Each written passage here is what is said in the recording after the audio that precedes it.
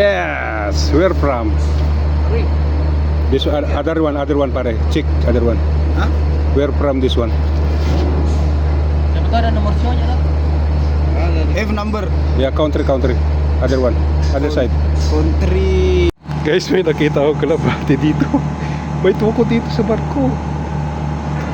Ayan o. Tingnan niyo.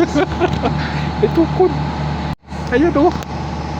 Nanonood pala sa akin. Sabi niya, bakit ako hindi napansin nito? Ay, naghanap ito ng tukod. O, yan o. O, malungkot. Naka-CCTV pa siya.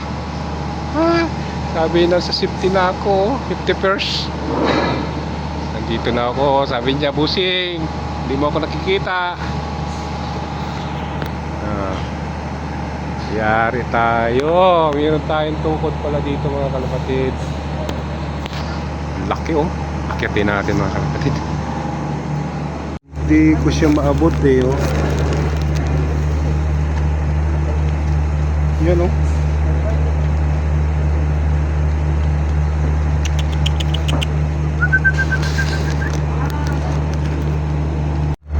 Yes, coming.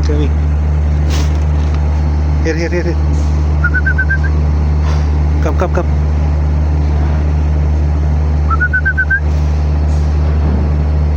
Ada tandanya loh.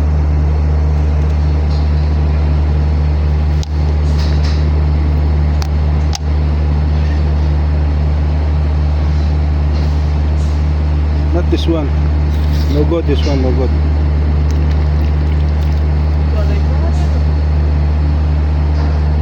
Yeah. Yes, where from? This other one pare. Chick, other one. Hah? Where from this one? Dapat ada nomor sionya lah. Have number. Yeah, country. Other one, other side. Country Iran. Iran. IR. Yeah, Oh, Iran nah. yeah, Iran. This one. Udah chip. Apa bahasa Inggrisnya atau mata? Anu, mata intelijen. Intelligent. Nah, ini Intelijen. kalau dikira burung pos mau dilepas. Jadi Yes.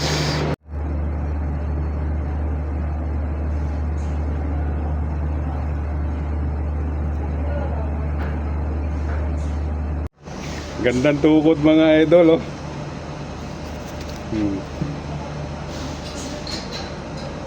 Ang ganda niya.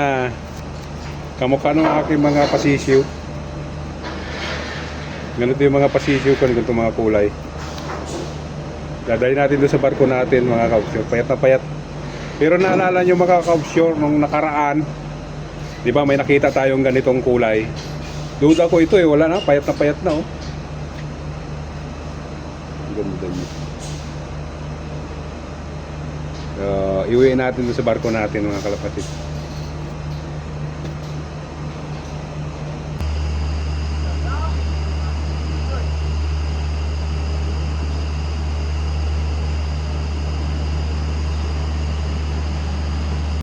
Idol, mga kalapatid, uwi na kami. Yan, uwi na kami.